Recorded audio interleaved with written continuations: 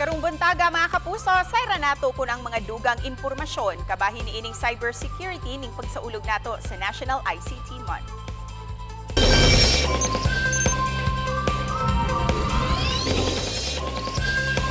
Sa nagkamodernong panahon, dayag ang paglambo sa teknolohiya.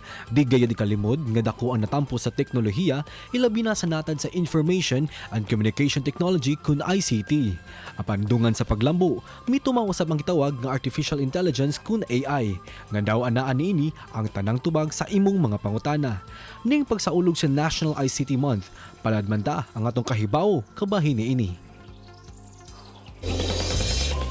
Let's all welcome sa programa Engineer Roy Dan Rosiana, Cebu Provincial Officer and Cybersecurity Regional Focal sa DICT 7. Mayong buntag, Engineer Rosiana, welcome sa programa. Yeah, may buntag no sa Regional TV Live no and sa ngalan sa amo ang direktor Frederick Amores no, daghan kayong salamat sa pag-imbitar namo dinhi.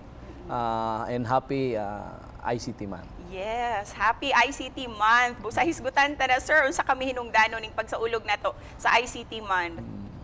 Ang national no ni-kick off naman last week, then kita po diri sa Region 7 and Region 8 no. Kaya apil na to ang Eastern Visayas. Isa ka bulan gyud siya nga activity.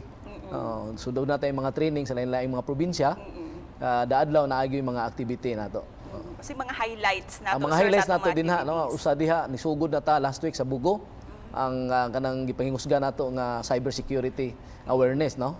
Kay dinha manggod musuod dinha ang kanang sa mga online sexual exploitation sa mga bata no. Yes. So ang ato mga beneficiary ana mga DepEd teachers no. Empowerment nila and digital literacy sa mga kanang mga nagkalain-laing mga LGUs dinhi sa Region 7. Talking about digital literacy, hisgutan ta kining artificial intelligence. Yes, In simpler terms, sir, para mas masabtan sa ato ang audience, unsa kining AI ug unsa pud ang pros and cons niini? Yeah, ang AI manggod no sa pagkakaron infancy level pa ni siya no. So dili pa gyud siya mo overtake sa ato ang mga hunahuna no. But ang advantages ni AI no challenges pud sa uban nga labi na sa nag-cut-on karon sa mga eskwelahan no, ang ChatGPT lado man siya, but sa adlaw-adlaw nga gibuhaton dako og gamit ang AI tungod kay mopasayon siya sa pagtuon no, sa trabaho, sa tanan labi na kanang mga balik-balik nga mga trabaho. And kana pag yung pagtabang sa ato ang mga medical professionals no na mag-research bitaw labi na sa mga sakit dako kay tabang ang AI. What's your stand on this, sir? Na kining AI makahulip kuno or makatangtang og mga trabaho? At sa pagkakaroon dili pa siya pero dako kay siyang tabang no. Tungod kay tungod sa kapaspas sa panahon no. Tan-awon lang nato sa mga bukid wala na nag-uma. Yes. So kung naa tay AI and Internet of Things, muabag sa atong mga farmers ang AI pagpanindot sa ilang ani. So dako kay siyang tabang kung arita sa bukid no.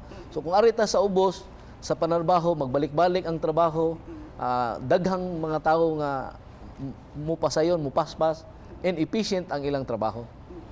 And sir, gawa sa AI and literacy, you also highlighted cybersecurity. Yes. Sir, kining ato ang cybersecurity landscape dinhi sa nasod. Kumusta, sir?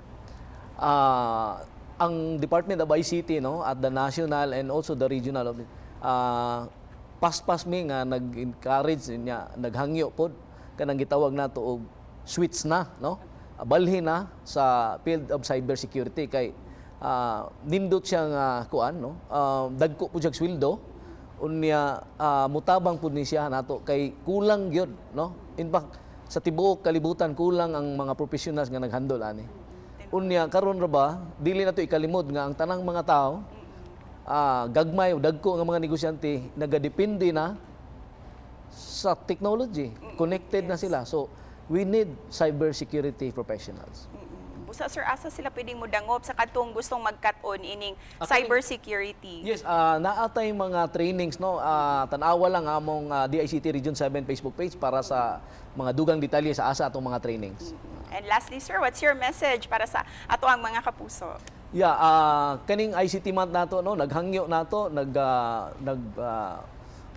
magbinantayon ta labi na sa threat sa cybersecurity kay dako ni siyang challenges kitang tanan walay gipasaylo ani, paspas kayo ni siya, daghan kayong scamming labi na sa mga bata. Hinaot na atong bantayan ang ato labi na sa mga social media. Ang daghan salamat, sir, sa mga kasayuran nga inyong gipaambit. Mga kapuso, mobalik pa ang GMA Regional TV Live.